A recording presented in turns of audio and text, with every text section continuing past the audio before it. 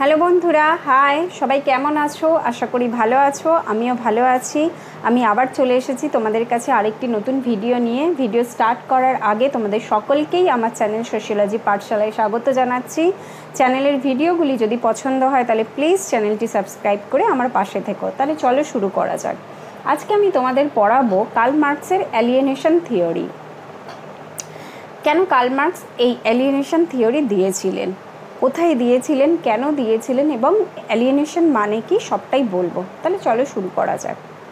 বন্ধুরা, অ্যালিয়েনেশন মানে হচ্ছে এলিয়েনেট হয়ে যাওয়া, সোসাইটি বা সমাজের থেকে বিচ্ছিন্ন হয়ে যাওয়া। ঠিক আছে, এটাকেই এলিয়েনেশন বলা হচ্ছে।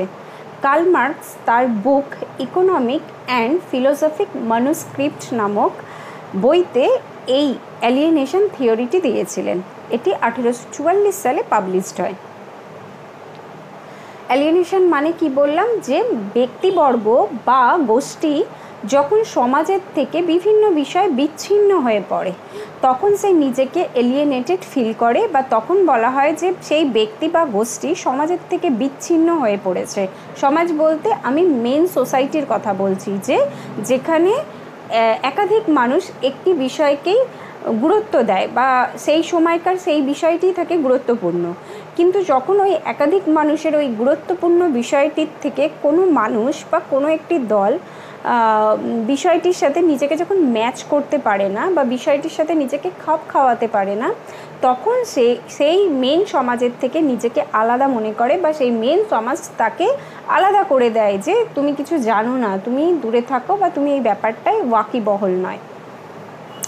এটাই হচ্ছে এলিয়েনেশন অর এলিয়েনেটেড ফিলিং। তো কার্ল মার্কস কেন এরকম এলিয়েনেশন থিওরি দিয়েছিলেন? তো কার্ল মার্কস যখন জার্মানিতে জন্মগ্রহণ করেন তারপর থেকেই তিনি দেখেন যে জার্মানির সোসাইটি হচ্ছে দুই ভাগে বিভক্ত। মানে এই সমাজে দুই ধরনের লোকজন তিনি তার ছোটোবেলা থেকে বড় হওয়া অবধি দেখতে পারেন। কেমন? এক ধরনের ব্যক্তি যাদেরকে তিনি বলছেন বুর্জোয়া, যাদেরকে হ্যাভসও বলা হয়। তো তাদের কাছে প্রচুর রয়েছে প্রাইভেট প্রপার্টি। হ্যাঁ, তারা হচ্ছে সোসাইটির রিচ পিপল। এবং আর এক দল হচ্ছে যারা হলো প্রোলেতারিয়েত। ঠিক আছে, যাদেরকে হ্যাভ নটসও বলা হয়, যারা হচ্ছে বেসিক্যালি সোসাইটির পুয়ার পিপল, মানে যাদের কাছে বেসিক নিডস ফুলফিল করার মতো পরিস্থিতি থাকে না। তো এই বুর্জোয়ারা এই প্রোলেতারিয়েতদের বা এই হ্যাভসরা এই হ্যাভ নটসদের সবসময় শোষিত করে বা শোষণ করে। তার টাকার জোরে তাদেরকে সবসময় শোষণ করে, যে তোমাদের এটা করে দিতে হবে, তোমাদের এত ঘন্টা করতে হবে, এইরকম ব্যাপার। ধরো এই শ্রমিক শ্রেণী বা প্রোলেতারিয়েতরা যেখানে 8 ঘন্টার কাজ, সেখানে সেই কাজটিকে তারা 16 ঘন্টা, 14 ঘন্টা, 15 ঘন্টা করে করছে। ঠিক আছে, কিন্তু তারা টাকা পাচ্ছে সেই 8 ঘন্টারই। কাজটা 8 ঘন্টা করলেই হয়ে যায়, কিন্তু এই বুর্জোয়ারা তাদের ওপর আরও প্রেশার ক্রিয়েট করার জন্য সেই 8 ঘন্টার কাজটাকে 16 ঘন্টা অবধি করিয়ে নিয়ে যায়, কিন্তু তার বেতন হিসেবে সেই 8 ঘন্টার টাকাটাই দেয়, 16 ঘন্টার নয়। তো এইভাবে দিনের পর দিন এই শ্রমিক শ্রেণী বা প্রোলেতারিয়েতরা অত্যাচারিত বা শোষিত হয়। এই শোষিত হতে হতে, অত্যাচারিত হতে হতে তারা কি হয়, সোসাইটির থেকে একসময় এলিয়েনেটেড হয়ে যায়, বা তাদের সোসাইটির থেকে এলিয়েনেশন ঘটে। কার্ল মার্কস 4 ধরনের এলিয়েনেশনের কথা আলোচনা করেছিলেন। প্রথম হচ্ছে প্রোডাকশন প্রসেস থেকে এলিয়েনেটেড, মানে শ্রমিকরা যে ধরনের কাজ করতে থাকে দিনের পর দিন সেই ধরনের কাজের থেকেই তারা নিজেদেরকে আলাদা বা বিচ্ছিন্ন মনে করে। কারণ তারা একই কাজ দিনের পর দিন করে যায়, কিন্তু তারা জানে যে এই কাজ আমি দিনের পর দিন, ঘন্টার পর ঘন্টা করছি, কিন্তু এর যা মূল্য আমার পাওয়ার কথা আমি সেটা পাচ্ছি না।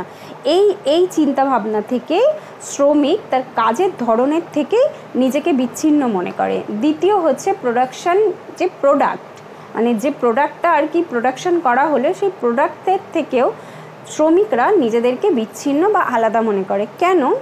ধরো যে প্রোডাক্টটা একটা শ্রমিক তৈরি করছে, সেই তৈরি করার জন্য সে হয়তো 1 টাকা বা 2 টাকা পাচ্ছে, কিন্তু মার্কেটে সেই প্রোডাক্টটা 10 টাকা বা 20 টাকায় বিক্রি হচ্ছে, এবং এত টাকায় মার্কেটে বিক্রি হবার ফলে শ্রমিক কিন্তু সেইটা কিনতেও পারছে না এবং বলতেও পারছে না যে এই প্রোডাক্টটা আমার, কিন্তু সেই তৈরি করেছে।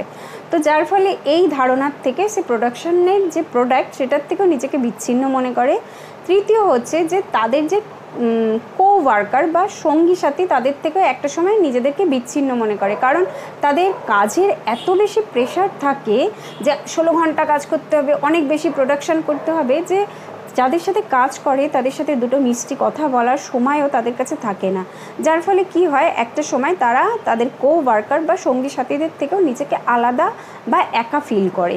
চতুর্থ যেটা হয়, যেটা খুবই মারাত্মক, সেটা হচ্ছে যে একটা সময় এই শ্রমিকরা নিজেরাই নিজেদের সেলফের থেকেও আলাদা বা বিচ্ছিন্ন মনে করে, মানে নিজেরাই আর নিজেদের মধ্যে থাকে না, মানে কাজ করতে করতে বা শোষিত হতে হতে এমন একটা পর্যায়ে এসে পৌঁছায় যে তারা আর মনে করে যে আমরা নিজেদের মধ্যেও নেই, যা হচ্ছে হোক, যা চলছে চলুক, এরকম একটা ব্যাপার তাদের মধ্যে চলে আসে।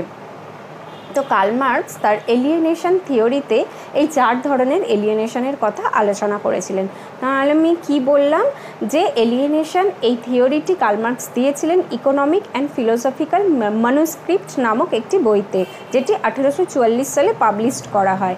এলিয়েনেশন মানে কি বললাম, যে যখন কোনো ব্যক্তি বা গোষ্ঠী সমাজ বা সোসাইটির থেকে নিজেকে বিচ্ছিন্ন মনে করে বা বিচ্ছিন্ন হয়ে যায়, এটাকেই কার্ল মার্কস এলিয়েনেশন বলেছিলেন। ঠিক আছে, এবার হলো যে মানে কেন এলিয়েনেশন হয়ে থাকে, তাহলে সেটা বললাম যে এই বুর্জোয়ারা এই প্রোলেতারিয়েতদের বা এই রিচ পিপলরা এই পুয়ার পিপলদের দিনের পর দিন শোষণ করে বিভিন্ন রকম পদ্ধতিতে, যার ফলে একটা সময় এই শ্রমিকরা নিজেদেরকে বিভিন্ন বিষয়ের থেকে এলিয়েনেটেড বা বিচ্ছিন্ন মনে করতে থাকে বা অনুভব করতে থাকে। এবার বিভিন্ন রকম, যেটা কি 4 ধরনের বলেছি, এক হচ্ছে প্রোডাকশন প্রসেস থেকে, দ্বিতীয় হচ্ছে প্রোডাকশন প্রোডাক্ট থেকে, তৃতীয় হচ্ছে কো ওয়ার্কারদের থেকে, এবং চতুর্থ হচ্ছে নিজের সেলফের থেকে।